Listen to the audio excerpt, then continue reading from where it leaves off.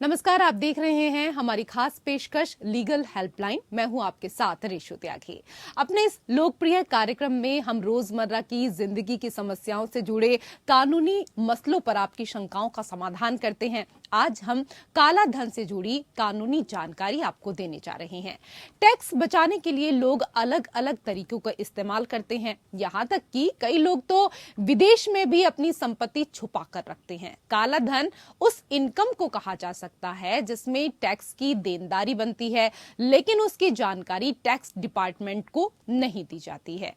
यह भी कहा जा सकता है कि इनकम को छुपाने का प्रयास किया जाता है। यह कई तरीके से किया जा सकता है। वहीं ज्यादातर विदेश में छिपाई गई संपत्ति के लिए ब्लैक मनी का ज्यादा इस्तेमाल किया जाता है। काले धन पर साल 2015 में प्रधानमंत्री नरेंद्र मोदी के नेतृत्व वाली केंद्र सरकार ने इस पर कानून बनाया था। इस कानून में काले धन पर जांच प्रक्रिया की नई संरचना तैयार की गई थी। इसके साथ ही प्राथमिकता के आधार पर विदेशों में जमा काले धन या अघोषित विदेशी संपत्तियों का पता लगाने में मदद मिलेगी।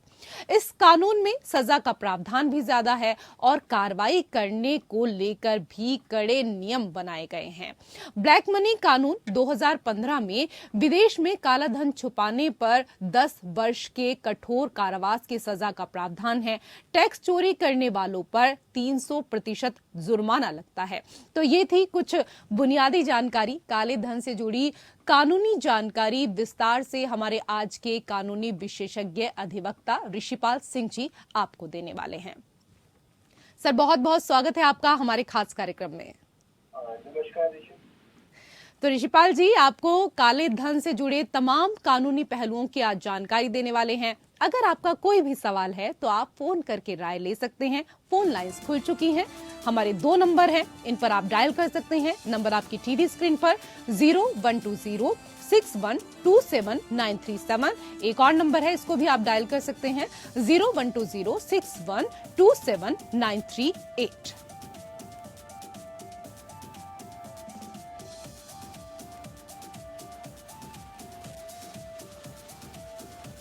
एक और नंबर आप डायल कर सकते हैं मुफ्त कानूनी सलाह के लिए 8377009645।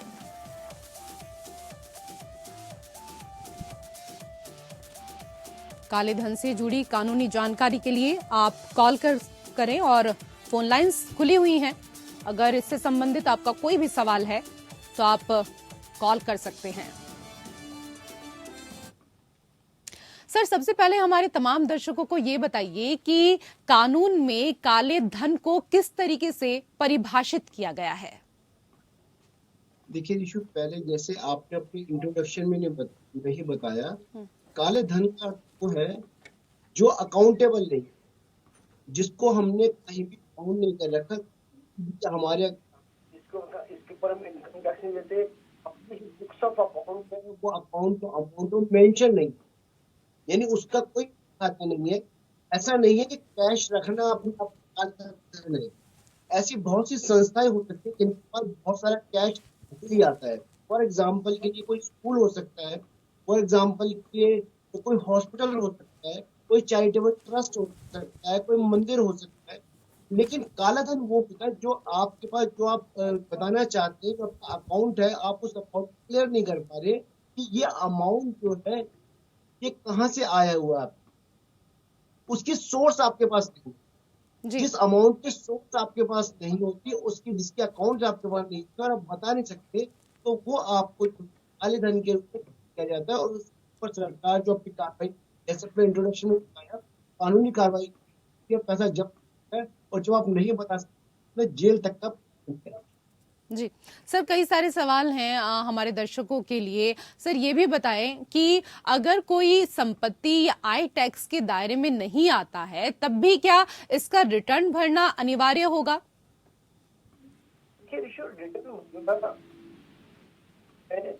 लोग कम रिटर्न एक व्यक्ति के लिए, एक संस्था के लिए हमेशा आवश्यक होता है, हमेशा फायदेमंद होता है। हो सकता है कि आज की डेट में अगर आप रिटर्न भरते हो उससे आपको फायदा हो, लेकिन फ्यूचर में कभी भी आप मान लो आप क्लेम करना हो, आपको किसी भी व्यक्ति को लोन लेना हो, रिटर्न क्या होती है कैपेसिटी बताते हैं कि आपकी कैपेसिटी कितनी है, आप कितनी इनकम कर रहे हो, आपका खर्चा कितना है।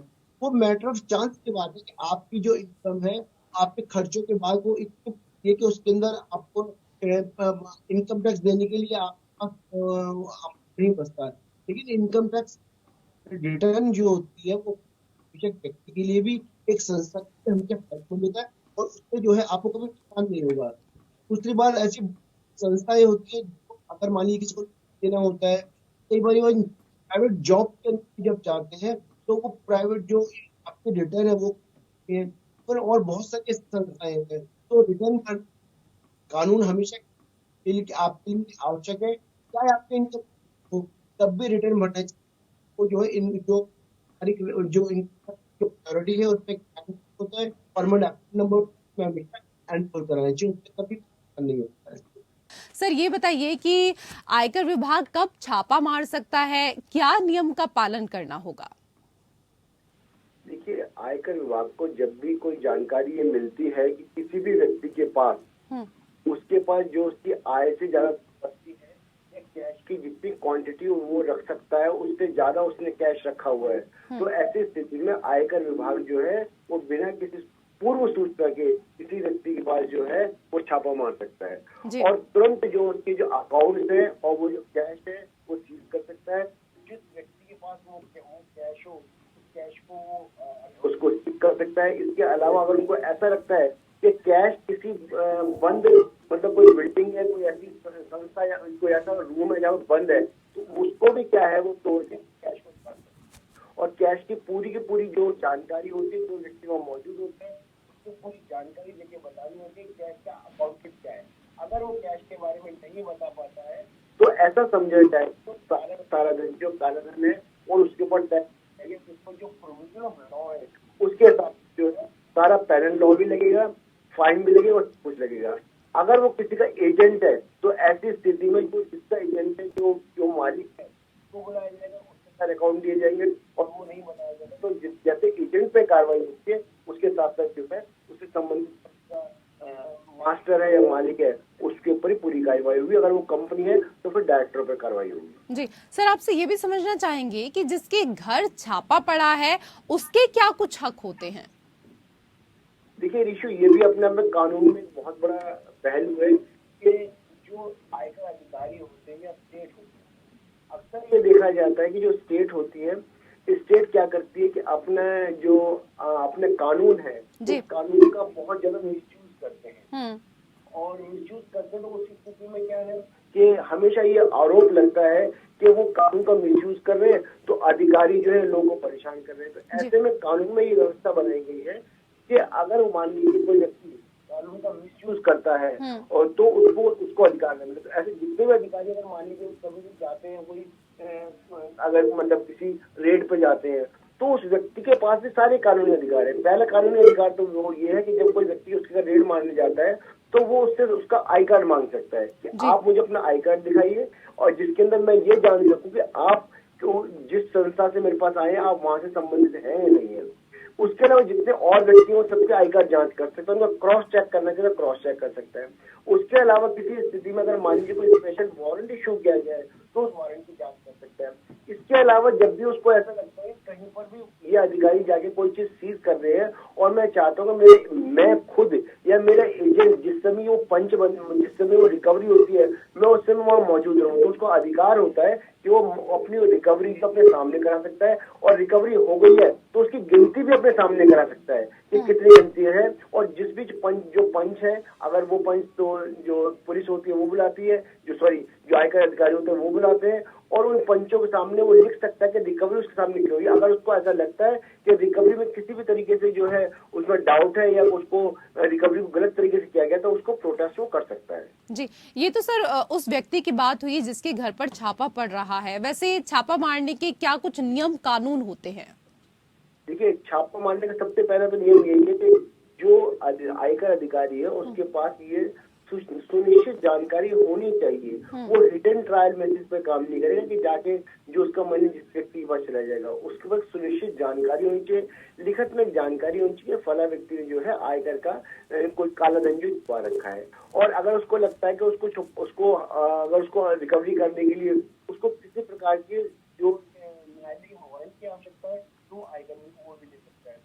तो ये दोनों मतलब समझिए, जो आयकर अधिकारी है उसके भी सारे अधिकार कानून में उपलब्ध है, और जो व्यक्ति जिसके ऊपर छापा पड़ता है उसके पास भी सारे कानूनी अधिकार उपलब्ध है। वो अगर वो चाहे तो उस समय जो रिकवरी हो रही है उस रिकवरी की, वैसे तो फोटोग्राफ जितने भी पंच बनते हैं, आप उस रिकवरी में पार्टिसिपेट नहीं हो, दूसरा आदमी पार्टिसिपेट नहीं कर सकता। लेकिन जब भी आपको लगता है कि जो मास्टर है, जो मालिक है, वो किसी भी तरह से इनकैपेबल है, तो वो किसी एजेंट को कॉल कर सकता है जो उसके बिहाफ पर रिकवरी प्रोसेस में हिस्सा ले सकता है। जी सर, हमारे दर्शकों को ये भी बताइए कि संपत्ति की जब्ती से जुड़े क्या कुछ कानून होते हैं। देखिए, संपत्ति जब भी मान लीजिए, जिस तरह से आपने बताया काले धन को केवल हम जो है मनी में या करेंसी नोट में डिफाइन नहीं कर सकते। अगर किसी व्यक्ति के पास बहुत सारी संपत्तियों के कागजात मिलते हैं या बेनामी प्रॉपर्टी मिलती है और उस बेनामी प्रॉपर्टी को वो बता नहीं सकता, या मान लीजिए उसको प्रॉपर्टी के डॉक्यूमेंट मिलते हैं और जो उनकी खरीद है, जो प्रॉपर्टी खरीद की गई, वो खरीद कहाँ से की गई, वो सोर्स उसके पास नहीं है, तो ऐसी स्थिति में जो संपत्ति है उसको भी हम करेंसी नोट के काले धन की तरह मानेंगे। वो संपत्ति जब्त हो जाएंगी। और जब अगर या तो वो प्रॉपर तरीके से बताएगा कि उसने किस सोर्स से परचेज किया है, वरना उसके ऊपर जो आयकर का जो अधिनियम है वो, स्टैम्प ड्यूटी का अधिनियम है वो, और सारे अधिनियम लगेंगे, वो संपत्ति जो है जब्त हो जाएगी और वो तभी छूटेगी जब वो उसकी जो संबंधित जितनी जो उसका फाइन है वो सारा का सारा जमा कर देगा। अगर वो जमा नहीं करता है तो अल्टीमेटली जो है ऑप्शन हो जाएगी। जी सर, कई और चीजें हैं जो हम आपसे यहाँ समझना चाहेंगे। ब्लैक मनी कानून में विदेश में काला धन छुपाने या गलत जानकारी देने या टैक्स ना देने पर सजा, जुर्माने का क्या कुछ प्रावधान होता है? देखिए, अगर किसी व्यक्ति ने विदेश के अंदर भी अपना पैसा छुपा रखा है तो ये माना जाता है क्योंकि हर कानून ये कहता है कि हर नागरिक की ये जिम्मेदारी है कि जब भी वो इनकम टैक्स रिटर्न भरता है तो उस देश में मौजूद और विदेशों में मौजूद जो भी उसकी संपत्ति है उस संपत्ति का वो ब्यौरा दे। ऐसा नहीं है कि वो अपनी संपत्ति का, वो किसी संपत्ति का मालिक विदेश में तो उसका ब्यौरा नहीं देगा। अगर वो अपनी संपत्ति का ब्यौरा नहीं देता है तो ऐसे ही माना जाएगा तो उसने उस धन को काला धन माना जाएगा। और ऐसी स्थिति में अगर वो इनकम टैक्स को मान लीजिए, वो एक काम तो ये को इनकम टैक्स भरता ही नहीं है, एक ऑप्शन है। दूसरा ऑप्शन ये है कि इनकम टैक्स तो भरता है लेकिन उसको कम करके भरता है। तो दोनों स्थिति में अगर मान लीजिए जितनी इनकम टैक्स का जो डिफरेंस आता है कि भाई आपने अगर मान लो इनकम टैक्स की 1 लाख रुपए की चोरी की, जितनी चोरी की तो उतने ही परसेंटेज के हिसाब से जो है आप पर लगेगा और आपको उतने सारे पैसे जो आपको भरने पड़ेंगे।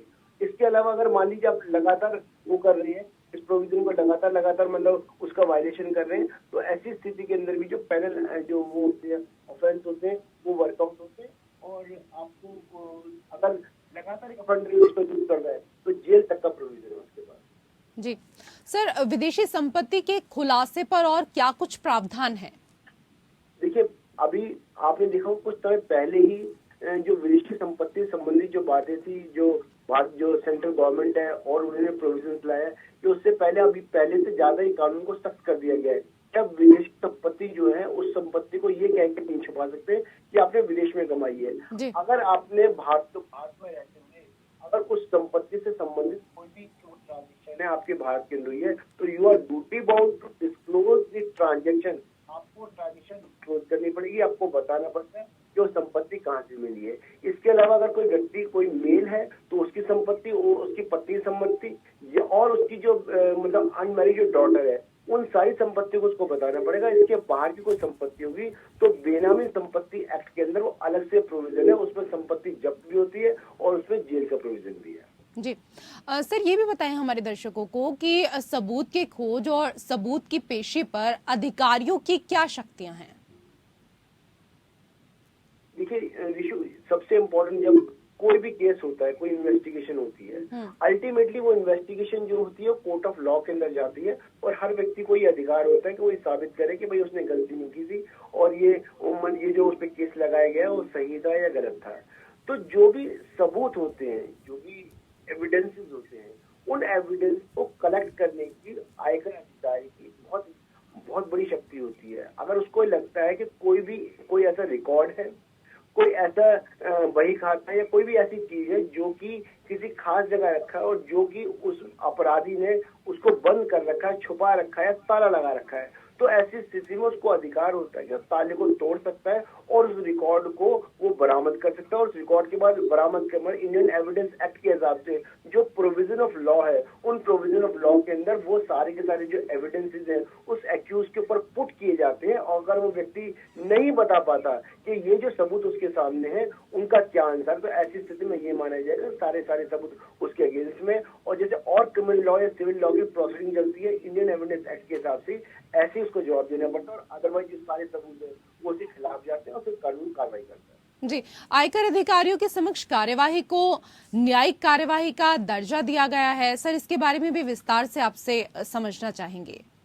देखिए, आयकर जो अधिकारी के सामने जो कार्रवाई होती है वो बिल्कुल जैसे न्यायिक अधिकारी के सामने होती है। अगर कोई मान लीजिए आपको कोई किसी ने सीज किया है, आपके अकाउंट सीज किए हैं, तो आप जो असिस्टेंट कमिश्नर होता है उनकी जो न्यायाधीकरण होता है, आप वहां पर लगा सकते हैं। आप बता सकते हैं कि आपके जो इनकम टैक्स का असेसमेंट है वो असेसमेंट गलत किया गया है, या आपकी जो सीजिंग की गई है वो सीजिंग है वो पावर गलत है, या आपको लगता है कि सर्च करने की जो प्रोविजंस हैं उन प्रोविजंस का वायलेशन हुआ है।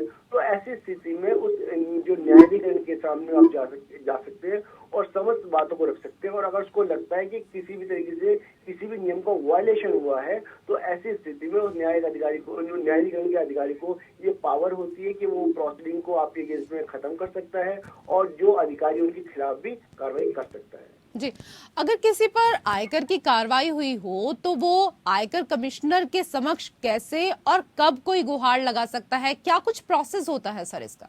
देखिए, पहले जो आयकर इंस्पेक्टर होता है, जब इंस्पेक्टर आपके पास आएगा, कोई अधिकारी आता है और इनकम टैक्स का जो आपके ऊपर छापा मारता है और जो आपको एक क्लेम दिया जाता है कि आपके ऊपर जो इतना इनकम टैक्स बनता है, जब आप इनकम टैक्स का क्लेम बनता है और आपको लगता है अपने अकाउंट से जानकारी के बाद कि ये जो क्लेम बनाया गया है किसी भी तरीके से क्लेम गलत है और इस क्लेम को फॉल्सली बनाया गया, या इस क्लेम को बहुत बढ़ा चढ़ा किया गया है, या इस क्लेम के अंदर जो आपने एविडेंस दिए थे उन एविडेंस का हवाला नहीं है, तो आप कमिश्नर के पास जाके आप जो नीचे वाले जो आप उस क्लेम का आप अपील कर सकते हैं कि जो नीचे न्यायाधिकरण ने जो ऑर्डर किया है वो ऑर्डर कानून सम्मत नहीं है और उसके अंदर सारे कानून को इस्तेमाल नहीं किया गया था। तो इस तरह से जो कमिश्नर को ये अधिकार होता है कि निचली जो न्यायाधिकरण है उसकी अपील को, उसके उस क्लेम को डिस्मिस करता, दोबारा से आप क्लेम को एज पर लॉ डिसाइड। जी, ब्लैक मनी पर हमारे तमाम दर्शकों को इतनी अहम जानकारी देने के लिए आपका बहुत बहुत शुक्रिया ऋषिपाल सिंह जी।